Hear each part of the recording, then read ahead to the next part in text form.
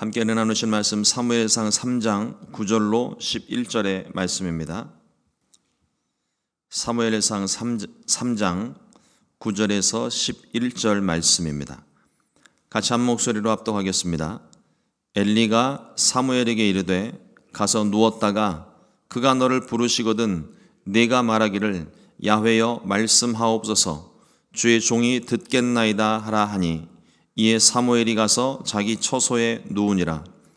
야훼께서 임하여 서서 전과 같이 사무엘아 사무엘아 부르시는지라. 사무엘이 이르되 말씀하옵소서 주의 종이 듣겠나이다 하니 야훼께서 사무엘에게 이르시되 보라 내가 이스라엘 중에 한 일을 행하리니 그것을 듣는 자마다 두 귀가 울리리라. 아멘. 오늘 함께 봉독한 사무엘상 3장 9절로 11절의 말씀을 가지고 말씀하옵소서 종이 듣겠나이다 라는 제목으로 함께 말씀의 은혜를 나누겠습니다. 사무엘이 하나님의 부르심을 받던 때는 이스라엘의 영적 상태가 암흑기라고 이야기를 합니다. 그 말씀의 근거가 3장 1절 말씀인데요. 아이 사무엘이 엘리 앞에서 야훼를 섬길 때에는 야훼의 말씀이 희귀하여 이상이 흔히 보이지 않았더라. 우리가 깊이 새겨야 할 말씀입니다. 우리 이 말씀을 보면서 너무나도 쉽게 세상 탓을 합니다. 세상이 환경이 어두워지고 사람들이 악해지고 사람들이 죄가 많고 점점 더 악을 향해 달려나가기 때문에 세상이 악하다. 그래서 우리가 하나님 말씀을 듣지 못한다. 이렇게 핑계대기 참 쉬운 말씀이에요. 그러나 오늘 말씀을 통해서도 분명히 우리가 확인하고 있는 것은 영적인 암흑기였지만 하나님 말씀이 희귀하고 이상이 보이지 않던 그때였지만 하나님 말씀을 듣는 사람이 있었다는 겁니다. 핑계 댈 수 있는 말씀 본문이 아니에요. 시대적인 상황, 우리가 여러 상황들을 많이 생각을 해보고 그래도 과거보다는 지금이 더 악하고 죄가 많고 이렇게 얘기를 하지만 제가 보기에는 큰 차이 별로 없는 것 같아요. 그때나 지금이나 옛날이나 오늘이나 예수님 이전이나 이후나 사람들이 그러니까 우리가 지금 SNS나 뉴스미디어가 너무 발달되어 있다 보니까 시시콜콜한 작은 죄들까지도 우리가 다 뉴스를 통해서 듣고 또 흉악한 극악무도한 일들 일어나는 걸 우리가 다 듣고 있으니까 일이 많은 것처럼 보이지 옛날이나 지금이나 역사서들 보게 되면은요 지금보다 더 악랄한 죄들도 많이 있었고 환경은 항상 그런 것 같습니다. 3장 1절 말씀에서 하나님의 말씀이 희귀하고 이상이 보이지 않았다고 말씀하고 있는데 과연 하나님이 말씀하지 않으신 걸까요? 아니면 우리가 못 들은 걸까요? 저는 하나님은 끊임없이 말씀하셨다고 생각을 합니다. 그러나 우리의 관심이 하나님께 있지 않으므로 들어도 듣지 못하고 듣고도 깨닫지 못하고 들었더라도 자기 마음에 들지 않으면 하나님 말씀 못 들었다고 그렇게 생각하고 있는 것은 아닐까요? 오늘날도 마찬가지입니다. 하나님이 내게 무엇인가를 말씀하고 계시는데 내가 다른 데 관심이 있다면 불러도 듣지 못하는 것이고 내가 다른 데 더 관심이 있으니까 불러도 안 들은 척하는 것이고 듣고도 그냥 나 하고 싶은 대로 하는 그런 모습. 말씀이 희귀하고 이상이 보이지 않았던 이 영적인 암흑기 여러 가지로 해석을 해볼 수 있겠지만 말씀을 묵상하면서 제 마음 가운데 주신 생각이 그것입니다. 하나님 한 번도 우리에게 말씀하신 것을 멈추신 적은 없어요. 우리가 그 말씀을 귀 기울여 듣지를 못하고 내 마음에 하나님을 두지 않으니까 안 들리는 것처럼 생각을 하지 않습니까? 우리가 하나님의 응답을 구할 때도 그렇잖아요. 하나님께서 하나님 내가 이것이 필요합니다. 응답해 주십시오. 구했는데 하나님이 내가 구한 것을 있는 그대로 주셨을 때는 내가 응답받았다고 생각을 하지만 하나님이 내가 구한 것을 그대로 응답해 주지 않으시면 응답 못 받았다고 생각해요. 하나님은 응답을 안 하신 게 아니라 다른 길을 제시하신 것이고 그것이 아니라고 노라고 거절을 하신 것인데도 사람들은 내가 원하는 걸 듣지 못했기 때문에 응답받지 못했다고 생각을 합니다. 이런 관점으로 본다면 하나님의 말씀이 희귀하여 이상이 보이지 않았던 그때는 상황적인 문제가 아니라 사람들의 마음이 다른 데 관심이 가 있다는 거죠. 어제도 말씀 나눈 것처럼 엘리 제사장의 두 아들들이 하나님을 알지 못하고 자기 욕심 채우기에 급급한 그런 상황들. 아무리 하나님 말씀하셔도요 듣지 않아요. 아버지가 제사장으로서 아들에게 권위를 가지고 너 그렇게 하면 안 된다 가르쳐도 무시를 하는 거죠. 분명히 들었잖아요. 귀로 들었지만 못 들은 것처럼, 안 들은 것처럼, 아니 거절해버리고. 그 모습이 우리들 모습하고 크게 다르지 않은 것 같아요.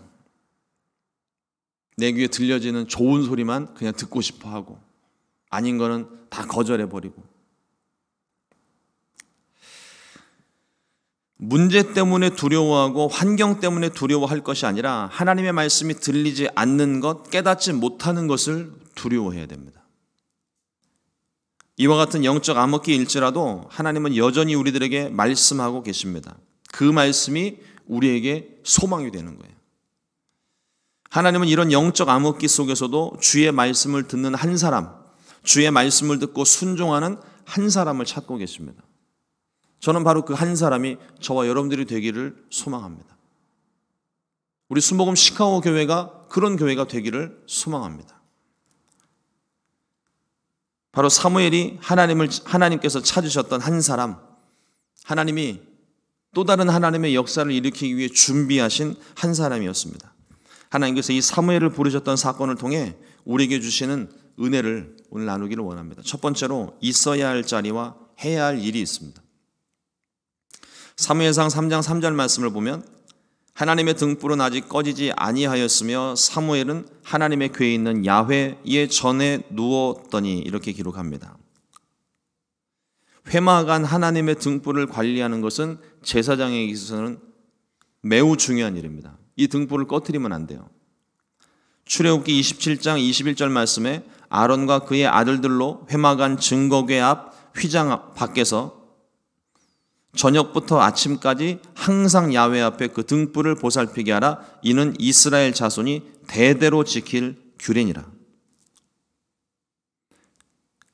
아침과 저녁으로 매일같이 제사장이 하는 일 중에 하나가 아침과 저녁으로 성소 안에 있는 등불, 그 등불을 청소하고 기름을 채워놓고 항상 그 불이 꺼지나 꺼지지 않나 그것을 지켜보는 일을 제사장들이 하고 있었어요. 사무엘이 등불 관리 전담이었는지 아니면 그날 순번이었는지는 모르겠지만 매일같이 해야 되니까 힘든 일이죠. 근데 홈리와 비느하스도 있고 또 다른 일들을 돌보는 사람이 있었을 텐데 아마도 홈리와 비느하스의 이전의 행실들을 본다면 아마 사무엘에게 다 몰아준 것 같아요. 넌 저거나 해라. 자기네도 귀찮거든요.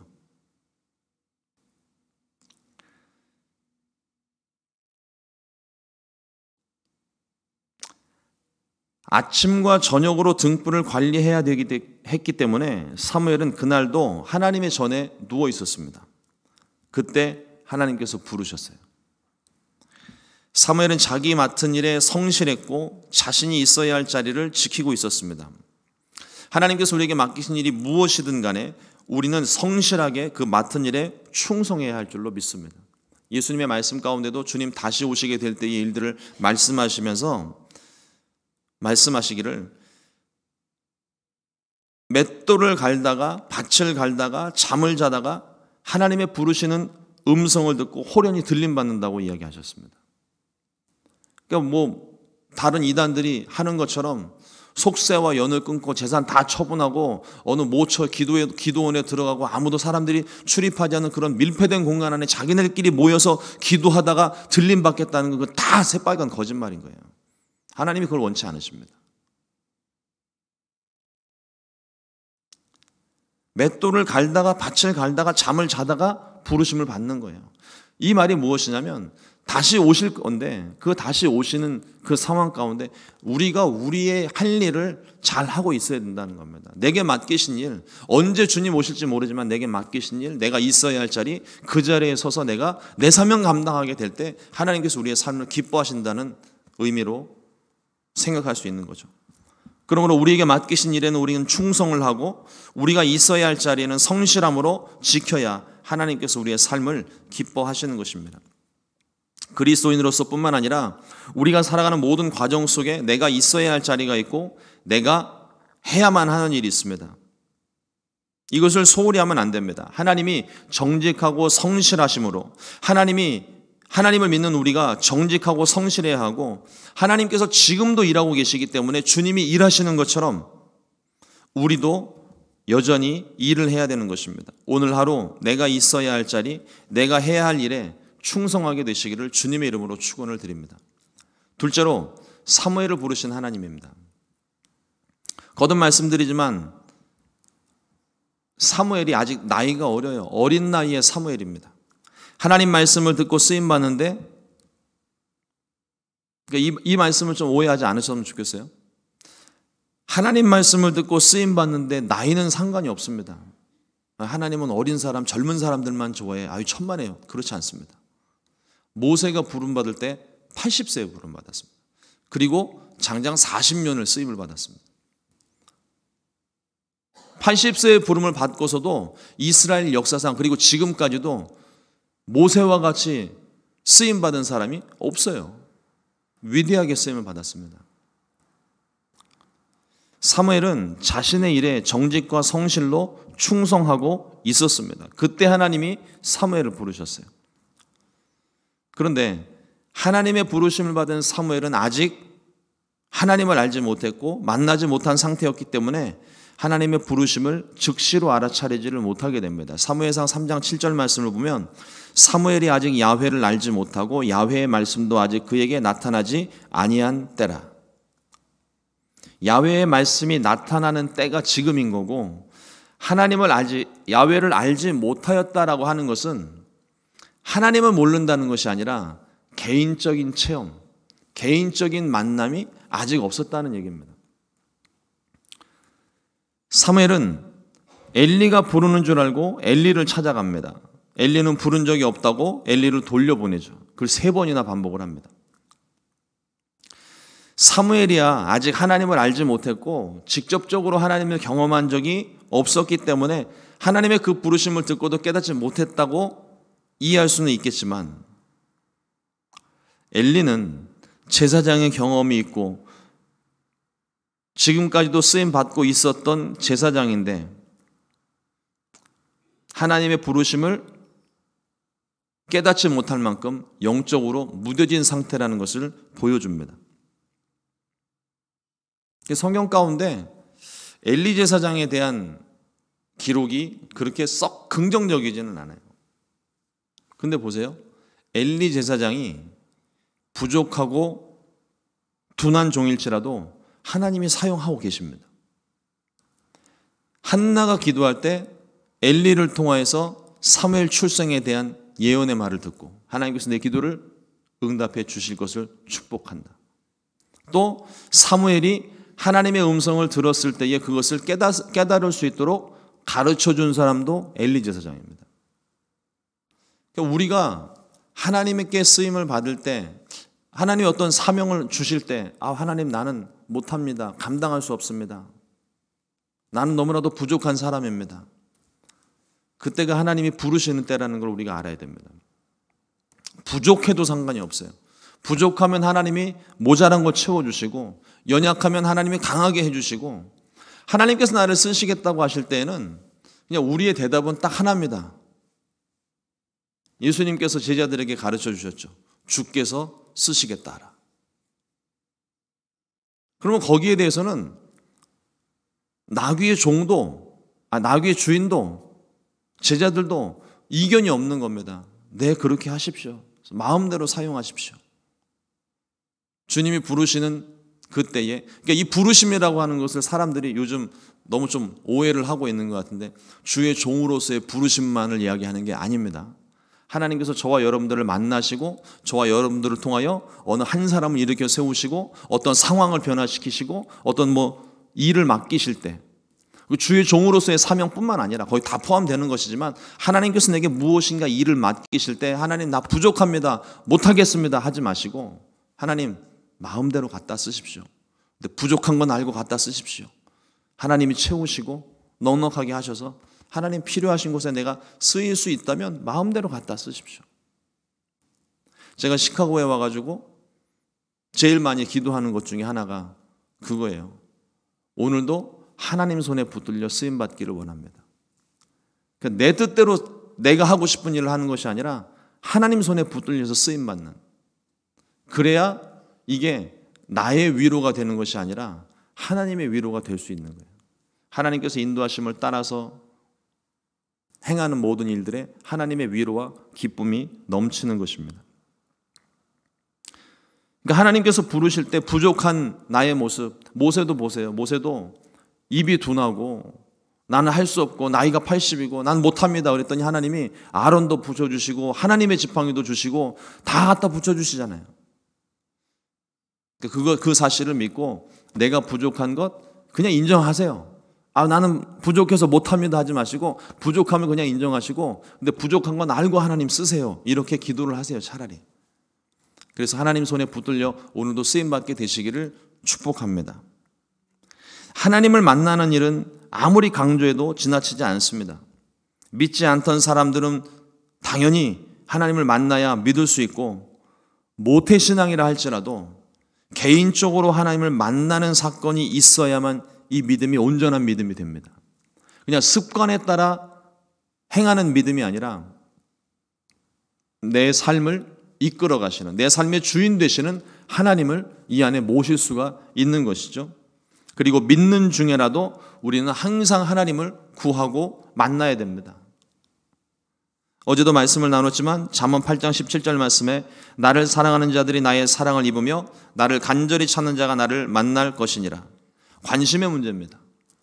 간절히 찾는 사람이 하나님을 만날 수 있고 주의 음성을 들을 수 있습니다. 하나님이 사무엘을 부르실 때 천둥과 같은 소리로 부르셨을까요?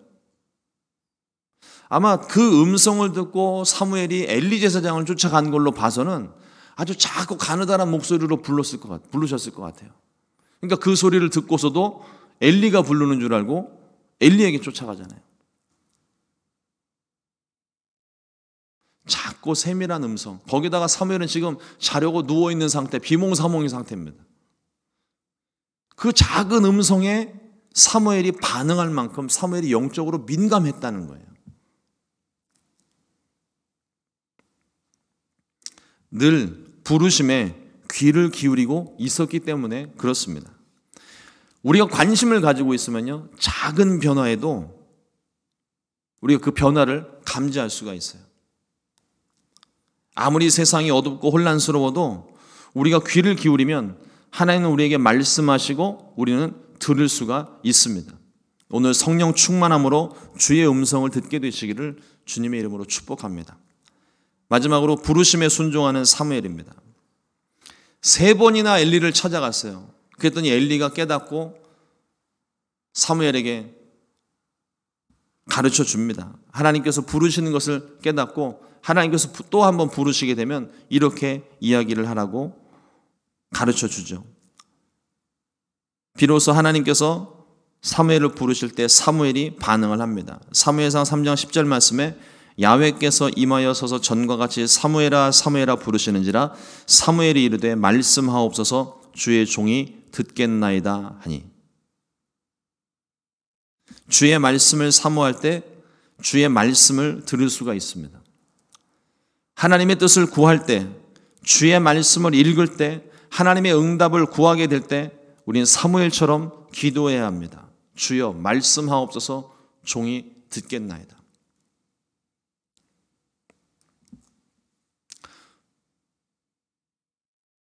여러분들이 말씀을 읽으실 때에도 또 예배를 드리면서 설교를 들으실 때에도 우리 마음 가운데 주의 말씀을 듣고자 하는 마음이 있어야 돼요. 그렇지 않고서는 하나님의 음성을 들을 수가 없습니다. 저도 설교 준비를 하고 또 말씀을 묵상을 할 때 항상 제가 거의 주문과 같이 외우는 말씀이, 기도할 때마다 항상 넣는 말씀이 있습니다. 하나님, 내 귀를 열어 학자와 같이 알아듣게 하여 주옵소서. 깨달아야, 제가 뭔가 말씀을 듣고 깨닫는 것이 있어야 설교도 하고 말씀을 가르치고 할 수 있잖아요. 저는 이게 사명이니까 학자와 같이 알아들을 수 있게 해달라고 기도한 것이고, 성도님들이야 저와 같이 기도를 하셔도 상관은 없고, 하나님, 내가 이 말씀을 통해서 내가 듣기를 원합니다. 주여 말씀하옵소서. 종이 듣겠나이다. 그런데 주의 종들만 이렇게 기도해야 되는 걸까요? 저와 여러분 모두가 사무엘처럼 하나님의 음성을 구해야 들을 수가 있는 줄 압니다. 베드로전서 2장 9절 말씀에 그러나 너희는 택하신 족속이요 왕같은 제사장들이요 거룩한 나라요 그의 소유가 된 백성이니 이는 너희를 어두운 데서 불러내어 그의 기이한 빛에 들어가게 하신 이의 아름다운 덕을 선포하게 하려 하심이라. 하나님께서 저와 여러분들을 모두 왕같은 제사장으로 삼으셨어요. 그렇기 때문에 주님의 음성을 들으셔야만 합니다. 제사장은요, 내 의지가 없어요. 내 기분이 상관이 없어요. 하나님 말씀대로만 하는 거예요. 내 마음이 막 죽을 것처럼 힘든데도 하나님이 기뻐하라 그러시면 하하하하 웃어야 되고, 너무 신이 나가지고 막 몸둘 바를 모르는 그런 너무 기쁜 일이 있는데도 장례가 나면 침묵하고 있어야 돼요.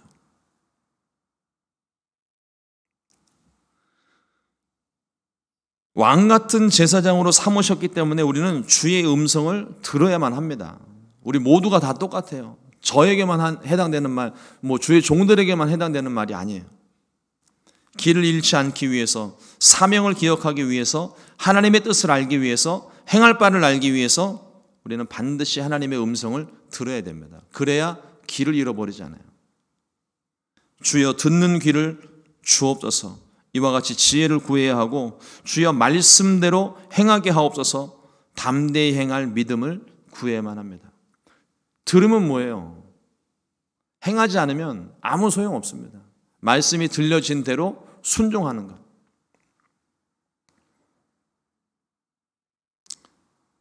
어렸을 때 저희 부모님이 항상 저에게 늘 말씀을 하시죠. 근데 그 어렸을 때는 다 깨닫지를 못하니까 잔소리처럼 들려요. 뭔가 말씀을 하시면 귀가 간지러운 척 귀를 후비기도 하고, 듣고서 무엇을 말씀하시는지 아는데 내 마음이 움직이지 않으니까. 부모님 하시는 말씀 맨날 똑같잖아요. 공부해라, 기도 열심히 해라. 근데 내 마음이 움직이지 않으니까 듣기는 들었는데, 무엇을 말씀하시는 내가 듣기는 들었는데 안 하죠. 공부하러 책상 머리에 앉아갖고 만화책 보고 있고, 요즘 애들은 다 숨어서 아이패드 보고 있고. 우리가 하나님 말씀이 들려졌을 때 듣기를 우선적으로 구해야 되고, 하나님 말씀이 들려졌을 때에는 또한 지체하지 않고 순종하는 믿음도 내게 주옵소서 함께 기도해야 됩니다. 그래야 말씀이 들려진 의미가 있는 거죠. 하나님께서 주옥 같은 말씀을 주셨는데 내가 듣고서도 그것이 나에게 아무 효험이 없다면, 내가 거기에 반응하지 않는다면 그 말씀은 그게 사라지는 말씀이 되어버립니다. 하나님 말씀을 구하고 들을 수 있도록 지혜를 구하시고, 지혜라고 하는 게 늘 말씀을 드리잖아요. 듣는 마음입니다. 듣는 마음.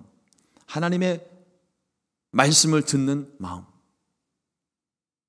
그리고 그 지혜의 말씀이 들려졌을 때 하나님 순종할 수 있게 하여 주옵소서.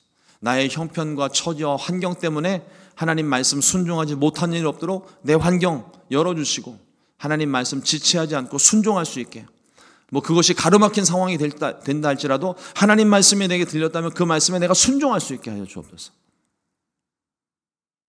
오늘 하루 주의 말씀을 구하고 세밀하게 속삭이시는 주의 음성까지 다 듣고 또 그 말씀대로 순종하게 되시기를 주님의 이름으로 축원합니다. 기도하겠습니다. 하나님 감사합니다. 오늘도 주님의 귀한 말씀 우리 가운데 허락해 주신 것 감사합니다. 특별히 하나님 사무엘을 주님께서 부르시고 이제 새로운 일들을 계획하고 계시는 과정을 봅니다. 하나님 우리도 사무엘처럼 주의 말씀에 민감하게 반응할 수 있기를 원합니다. 성령 충만 주옵시고 영적으로 민감해져서 주의 말씀을 듣는 귀를 열어 주시옵소서.